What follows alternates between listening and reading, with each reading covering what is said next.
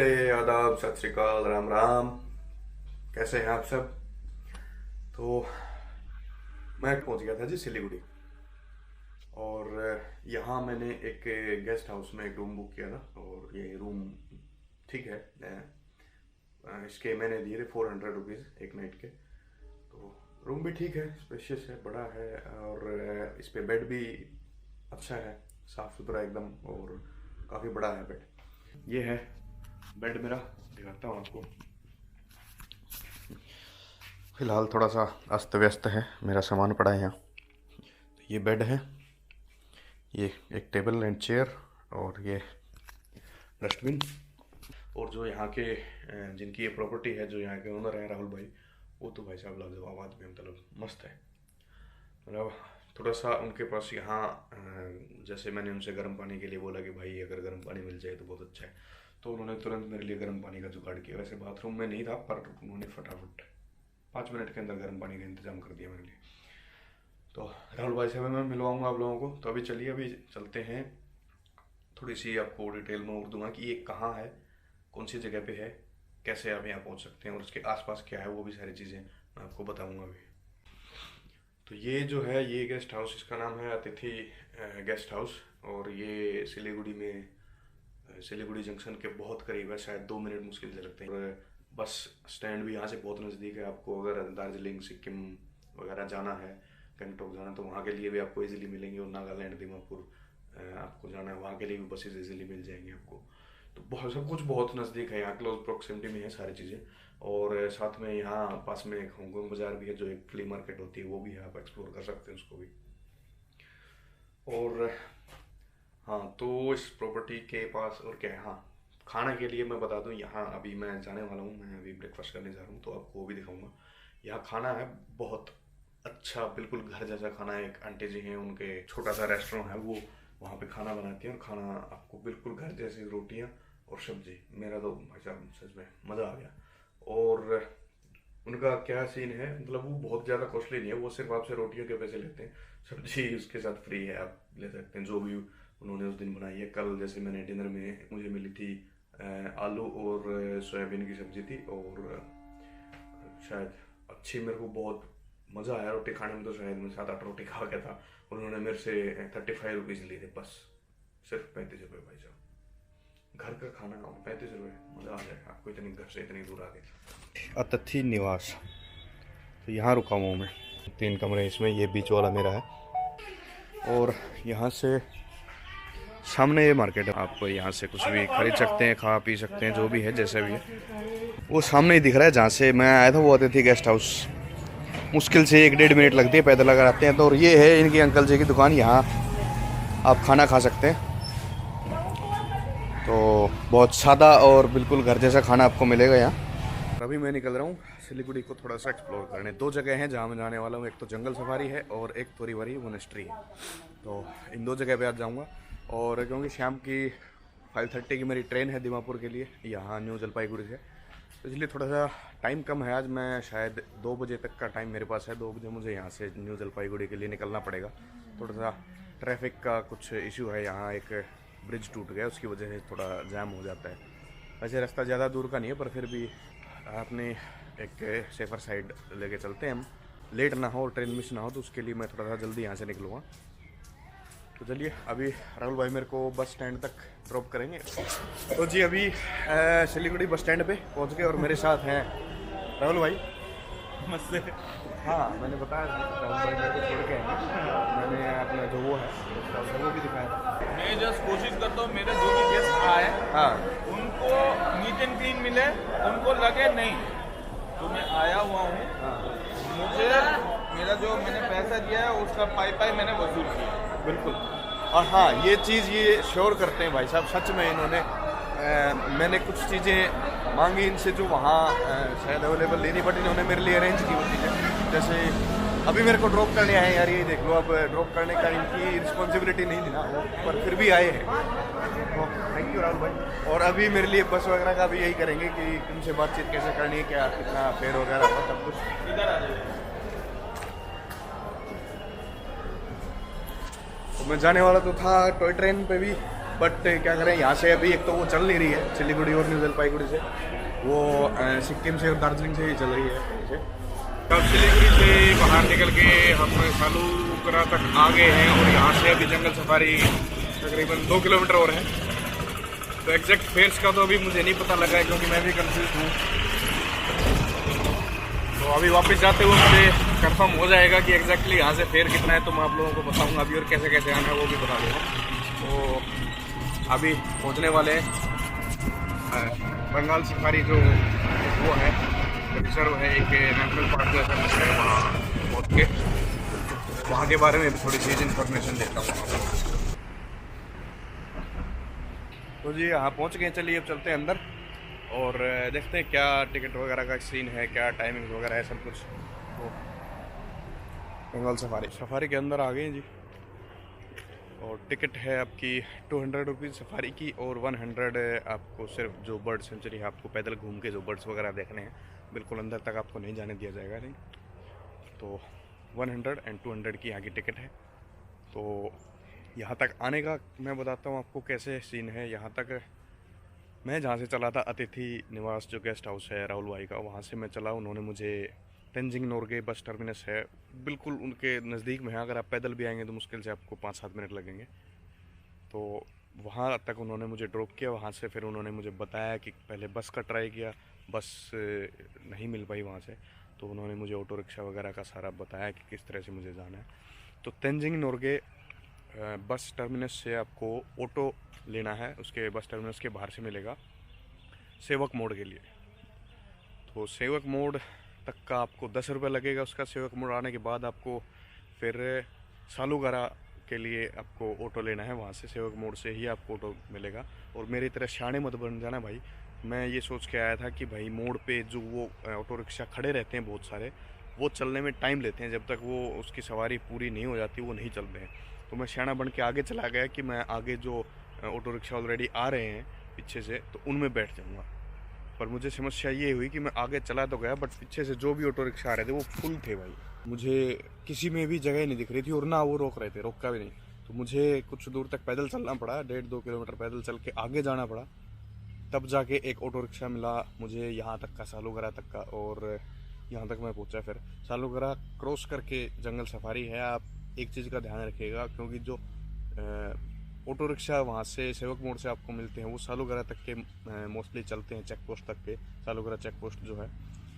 तो उससे आगे आपको क्रॉस करके यहाँ तक आना पड़ेगा। तो आप पहले उनसे बात कर लीजिएगा कि वो जंगल सफारी तक आएंगे या नहीं आएंगे, क्योंकि यहाँ से आगे मुझे फिर से जो ई रिक्शा है उसके 20 रुपये और एक्स्ट्रा लगे मेरे, और सेवक मोड़ से सालूगरा तक के 20 रुपये वो लगे थे। तो टोटल मेरा एक तरफ का अभी लगा 50 रुपीज़, और जाते हुए का फिर देखते हैं अगर कुछ डिफरेंस होता है तो मैं बताता हूँ, नहीं तो फिर एग्जैक्ट अगर सेम होगा तो फिर उसमें कोई बताने वाली बात नहीं है।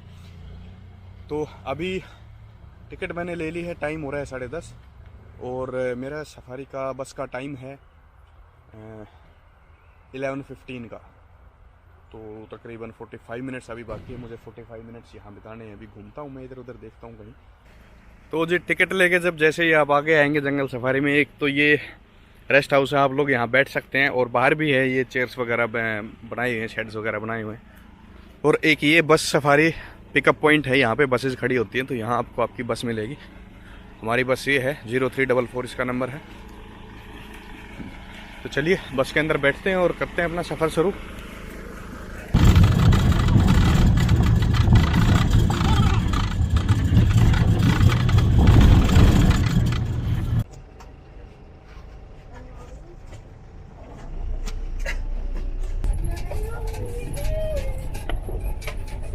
ये वाइट स्पॉटेड डियर्स हैं जी, सारे के सारे।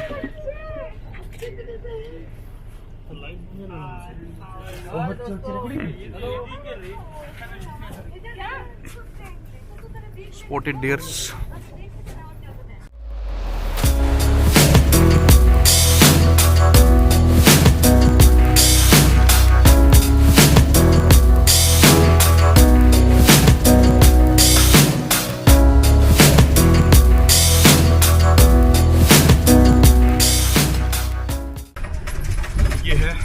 टेम्पो ट्रैवलर, जिसको फोर्स ट्रैवलर बोलते हैं, ये है वो। थोड़ा सा मॉडिफाई किया हुआ है पूरे ग्लास लगाए हुए हैं खिड़कियों की जगह साइड में, ताकि अच्छे से ऑब्जर्व कर सकें हम बाहर का। ज़्यादा भीड़ नहीं है। ये बंदा इंडियन मकैक, ये इंडियन मकैक स्पीशीज है मंकीज की, जो इंडिया में बहुत हैं, दुनिया भर के हैं। तो ये राइनोसोरस एक गैंडा,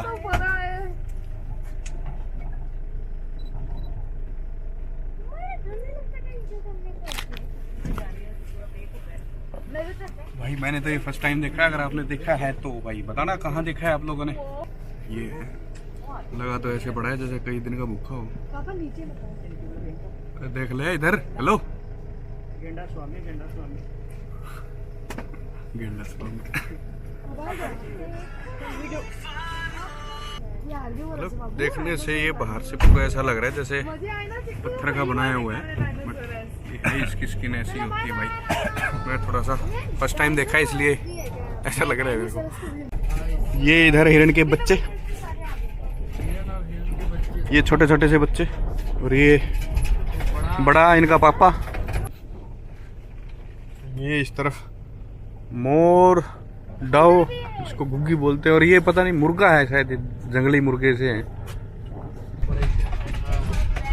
तो अब आ रहे हैं जी एशियाटिक ब्लैक बेयर सफारी में। ये अभी पीछे जो थी, ये सभी जो अभी तक जो दिखाए सारे हर्बीवोरस एनिमल्स थे जो सफारी अभी हम करके आए हैं, इसमें सारे हर्बीवोरस थे। अभी एशियाटिक ब्लैक बेयर की साइड उसमें जा रहे हैं एरिया में, देखते हैं, उम्मीद करते हैं दिख जाएगा था कोई भालू। तो एक ये बैठा है जी भालू, ब्लैक बेयर, काला भालू। ओ आ गया ओए, आजा आजा। अच्छा केले का भी नाम लिया है बस, और उसकी लार टपक रही है। तो ये है जी एशियाटिक ब्लैक बेयर। तो अभी आ गए लेपर्ड सफारी। तो लेपर्ड सफारी आ गया मेरी, उम्मीद करते हैं कोई लेपर्ड दिख जाए। मैंने देखा नहीं है वैसे आज तक। तो लेपर्ड सफारी में हिरण के बच्चे खड़े हैं। तो ये रहा, ये है एक लेपर्ड।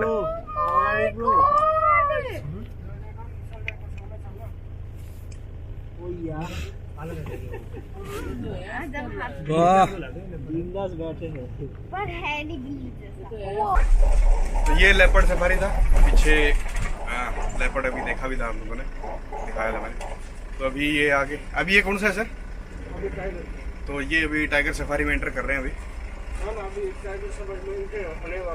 हाँ तो एंटर होने वाले हैं। तो आगे टाइगर जैसे आएगा तो टाइगर भी दिखाता हूँ।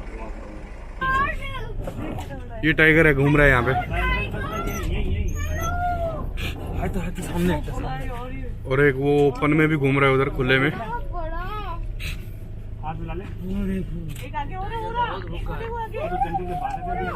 और वो पिंजरे के बाहर है, ये अंदर है, ये थोड़ा सा बड़ा है।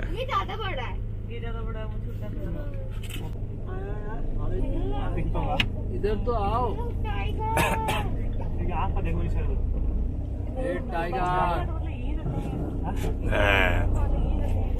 ये टाइगर सफारी, अभी 2-3 टाइगर थे यहाँ पे। एक खुले में था, बाकी तो अंदर कुछ वो काफी बड़ा सा उनका एक बाड़ा जैसा बना रखा था, उसके अंदर थे। एक पिंजरे में था और एक खुले में घूम रहा था। तो जी सफारी तो हो गया कंप्लीट। अब एक यहाँ पे म्यूजियम है और एक जू है। तो टाइम का अंदाज़ा लगाते हैं और टाइम के हिसाब से देखते हैं कहाँ कहाँ हम कितना टाइम स्पेंड कर सकते हैं। कुछ टाइम यहाँ दे सकते हैं या नहीं दे सकते हैं। समय हो गया है जी 12:15। तो मैं सिर्फ म्यूज़ियम को विज़िट करके मैं निकलूँगा यहाँ से, क्योंकि मुझे यहाँ एक ब्रिज टूट गया, उसकी वजह से ट्रैफिक जैम्स वगैरह लगेंगे, तो मुझे टाइम से यहाँ निकलना पड़ेगा। तो अभी चलते हैं म्यूज़ियम में।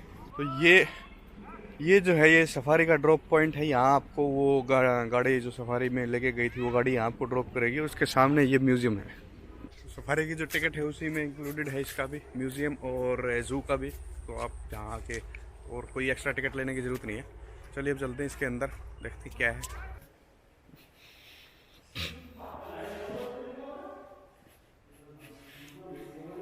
तो इस म्यूज़ियम में है जी यहाँ का फ्लोरा एंड फौना जो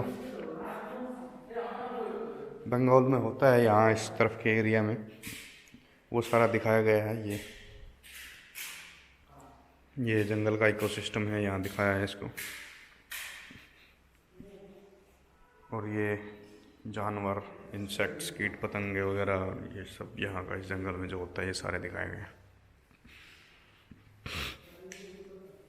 और ये यहाँ के लोगों का लाइफस्टाइल डिपिक्शन दिखाया गया है, यहाँ किस तरह से रहते हैं कौन से लोग।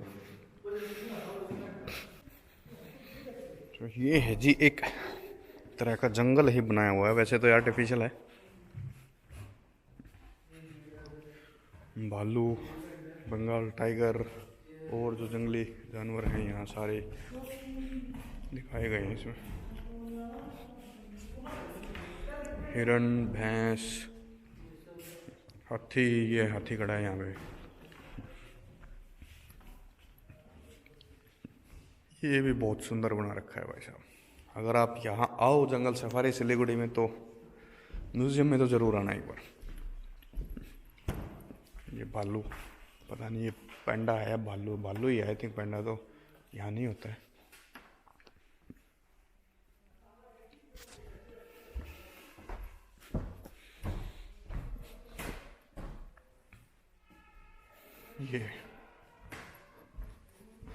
तो ये यहाँ अपना इस जंगल का पूरा इकोसिस्टम दिखाया गया है, इसमें कहाँ क्या किस तरह के कौन से जानवर कैसे होते हैं। चलिए अब चलते हैं यहाँ से। तो ये था बंगाल सफारी सिलीगुड़ी में। सिलीगुड़ी अगर आप आ रहे हैं तो यहाँ ज़्यादा टाइम नहीं लगेगा, आप इजीली सिलीगुड़ी से आप आधा घंटा 40 मिनट में आप यहाँ तक पहुँच सकते हैं। और यहाँ 1 घंटा आपको सफारी में के लिए लगेगा, और हर 1 घंटे में यहाँ से सफारी के लिए बस निकलती है। तो आप ज़्यादा नहीं तो ये मान के चलिए 2.5 घंटे में आपको यहाँ पहुँच भी जाएंगे, और मैक्सिमम 2.5 घंटे में आप यहाँ पहुँच भी जाएंगे और आपकी सफारी भी हो जाएगी। और अगर लकीली आप बस के टाइम पे एग्जैक्टली पहुँच गए तो शायद हो सकता है 1.5 घंटे में भी आपका काम हो जाए। आधा घंटा यहाँ तक आने का और 1 घंटा आपका सफारी का। तो आपके पास अगर टाइम है तो यहाँ इसके साथ में ही मोनेस्ट्री भी है। यहाँ से शायद आपको 10-15 मिनट, 10-1 मिनट आपको पैदल यहाँ से जाने में लगे मोनेस्ट्री तक। तो उसको तोरीवारी मोनेस्ट्री बोलते हैं, और वो एशिया की 2nd लार्जेस्ट मोनेस्ट्री है। तो आप उस पर भी जाना चाहिए आपको, शायद हो सकता है वहाँ 1 घंटा लग जाए आपको एक्सप्लोर करने में।